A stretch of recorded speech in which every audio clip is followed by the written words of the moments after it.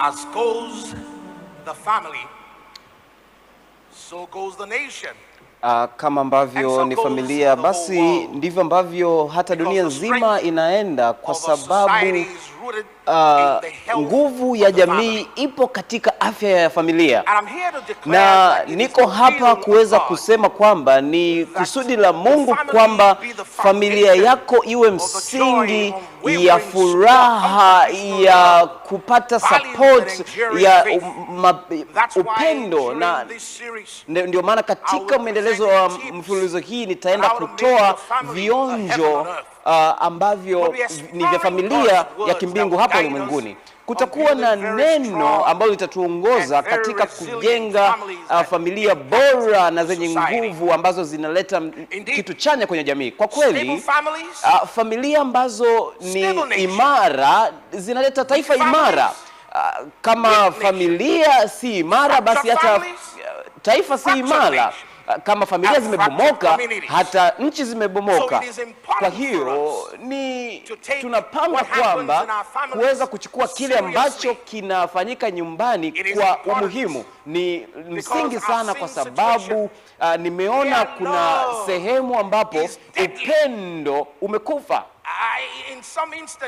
Kuna wakati sehemu fulani nilisoma ni wiki kadhaa tu zilizopita kwamba kuna wapenzi walitoka kutoka kanisani. Kwa kweli, mmoja kati ya hao wapenzi ilikuwa ni mhubiri siku hiyo. Kabla ya mwisho wa jioni hiyo, mume alimuua mwanamke kwa sababu kulikuwa kuna mabishano fulani ya kwenye familia. Kwa hiyo wakati fulani upendo unaweza ukaua. Sasa sijui juu ya wewe, lakini kwa wakati mwingine inaonekana kama vile familia ni kama vile ni kuzimu hapa duniani. Kwa hiyo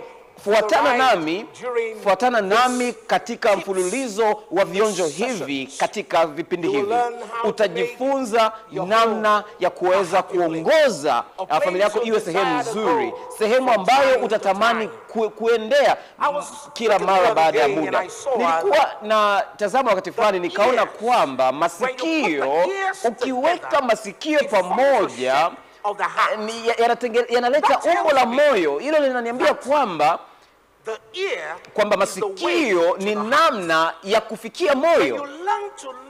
Ukijifunza kusikia, utajifunza kujieleza vizuri, kuwasiliana vizuri. Kwa kweli, mawasiliano yanajenga mahusiano. Nitasema hilo tena, mawasiliano ni msingi kabisa wa mahusiano. Na moja kati ya vitu ambavyo nimeviona vizuri ambayo yakiweza kujenga mahusiano kwenye familia ni lugha 5 za upendo ambavyo viliandikwa na daktari huyu. Na mimi niwakumbushe tu vitu vichache kwa wale ambao wanaweza kuwa wanafahamu hilo, namna ya kuweza kuboresha mawasiliano kwenye familia. Kuna namna 5 tunawasiliana kama ambavyo zimetengenezwa na Mungu. Inamaanisha kwamba hauwezi kufanya chochote kile juu ya hilo.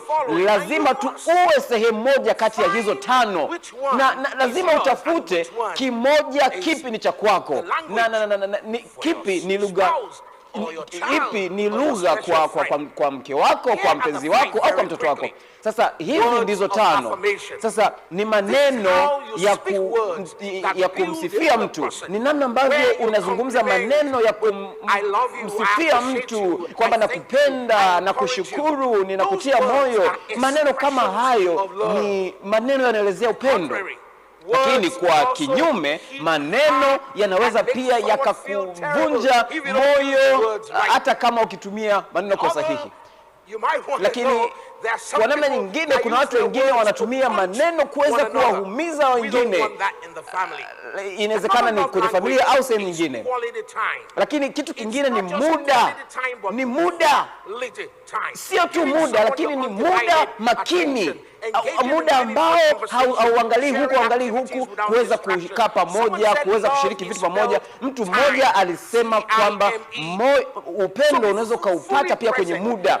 Unatakiwa uwepo pale pale kuna mtu lakini na lugha ya tatu ni zawadi, kupokea zawadi. Hiyo pia inaelezea upendo, inaelezea kwamba wewe ni mtu wangu na nina kitu hiki hapa kwa ajili yako. Kuwa na kitu fulani tu kuweza kuonyesha kwamba unatambua. Lakini pia kuna matendo ya huduma, lakini hii itakuwa ni kusaidia majukumu mbalimbali pale ndani. Labda unamsaidia kwenye mambo yale nyumbani, kupika, kupeleka takataka nje, kwa sababu upendo katika vitendo ndio upendo halisi.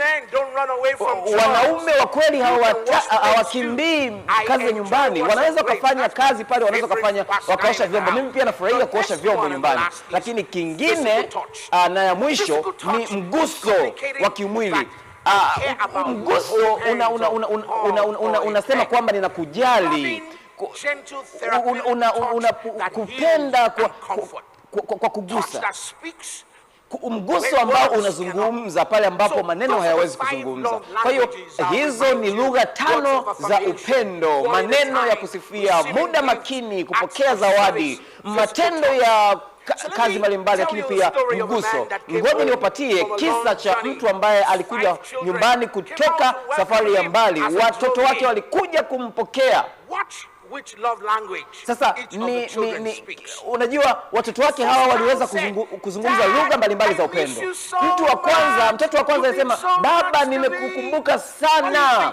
Unafikiri hiyo ni lugha gani ya upendo? Ni maneno yale ya kusifia. Lakini mtoto mwingine alisema kwamba, baba, tuwe na muda kwa pamoja. Hiyo sasa ni muda makini. Lakini mwingine wa tatu alisema, baba, umeniletea nini? Unafikiri ni lugha gani hapo? Ni zawadi hiyo. Lakini mtoto mwingine alisema, baba, naweza nikabeba begi lako kidogo. Unafikiri ni lugha gani hiyo?